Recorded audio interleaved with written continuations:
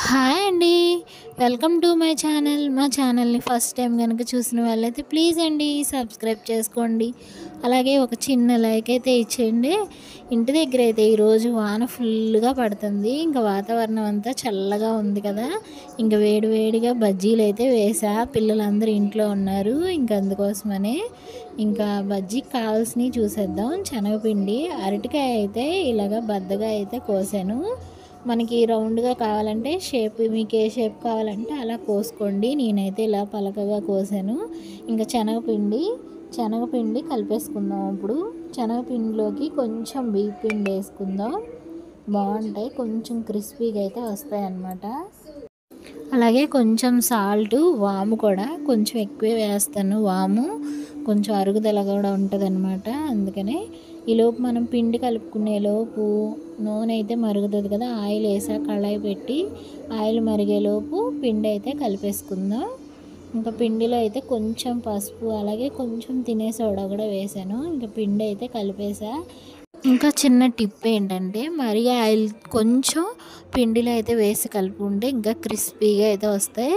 ఇంకా ఆయిల్ కూడా చక్కగా మరిగిపోయింది. ఆయిల్ టెస్టింగ్ కూడా అయిపోయింది అనమాట. కొంచెం పిండి వేసా కదా, చక్కగా వేయగానే పైకి తేలింది. ఆయిల్ కూడా మరిగిపోయినట్టే. ఇంకా పిండిలో అయితే ఒక్కొక్క అరటికాయ ముక్క అలా ముంచి కొంచెం ఒకవైపు ఇలా అనాలి, గిన్నె వైపు అని చక్కగా ఆయిల్లో ఒక్కొక్కటి వేసుకొని స్లోగా ఫ్రై చేసుకోవాలి. ఆయిల్ మరిగినంతసేపు హైలో ఉంచి మిగతాది కొంచెం సిమ్లో పెట్టుకోవాలి. లేకపోతే ఆయిల్లో వేయగానే మాడిపోతాయి అన్నమాట. అలా కాకుండా ఇట్లా చక్కగా స్లోగా వేగితే ఒకవైపు అయిపోయిన తర్వాత ఇంకో వైపు కూడా తిప్పుకోవాలి. చూసారా, తిప్పాను, కానీ మళ్ళీ ఒక్కసారి వేపను, 2 సార్లు వేపుతాను నేను. అలా ఉంటే ఇంకా క్రిస్పీగా వస్తాయని. ఇప్పుడు కొంచెం పిండి అంతా ఉడికి వేగింది. ఇప్పుడు తీసేసాను. ఇంకొక వాయి కూడా వేసేసాను. ఇంకొక వాయి కూడా వేగిన తర్వాత అప్పుడు రెండోసారి ఇంకా మంచిగా మళ్ళీ వేపుతాను అనమాట ఆయిల్లో. ఇప్పుడు పిండి అంతా వేసేసాను. ఒక వాయికి అన్నీ అయిపోయినాయి. ఇప్పుడు మళ్ళీ రెండోసారి అయితే ఫ్రై చేస్తున్నా. ఇలా ఉంటే ఎక్కువసేపు మెత్తబడకుండా క్రిస్పీగా చాలా బాగుంటాయి. బయట షాపుల్లో అయితే ఇలాగే చేస్తారు. ఇంకా అదే అలవాటు అయిపోయింది నాకు కూడా. అలా అయితే బాగుంటున్నాయని ఇంకా అట్లాగైతేనే ఫ్రై చేస్తా.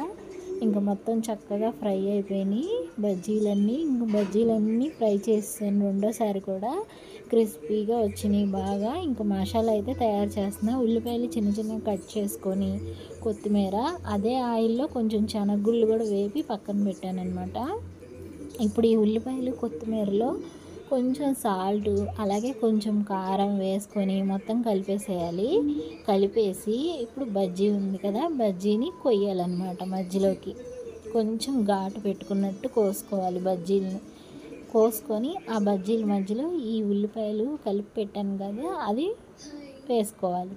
వేసుకొని 2 పల్లీలు కూడా పెట్టుకొని కొంచెం నిమ్మకాయ రసం వేసుకొని తింటే ఉంటుంది చూడండి, సూపర్గా అంటే సూపర్గా ఉంటుంది. చూసారా, అన్నీ రెడీ చేసాను.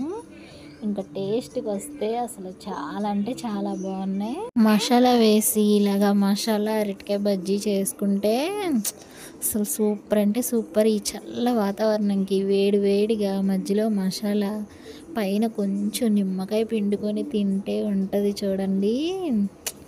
బా, టేస్ట్ అంటే టేస్టే.